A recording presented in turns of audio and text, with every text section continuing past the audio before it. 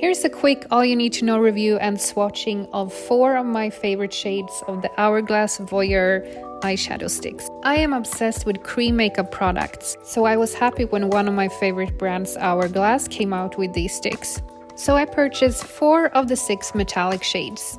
I'm gonna swatch them for you so you can get a look on how beautiful they are on the skin. As always, Hourglass makes beautiful packaging. They come in a pen form and are used almost like lipsticks on the lid.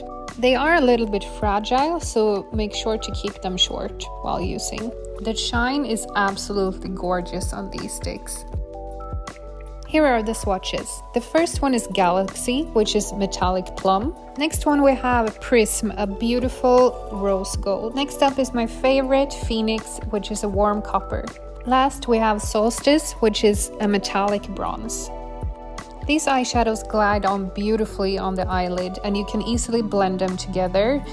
In my experience, they stay a long time. They give a luxurious shine and I can honestly say these are my new favorites.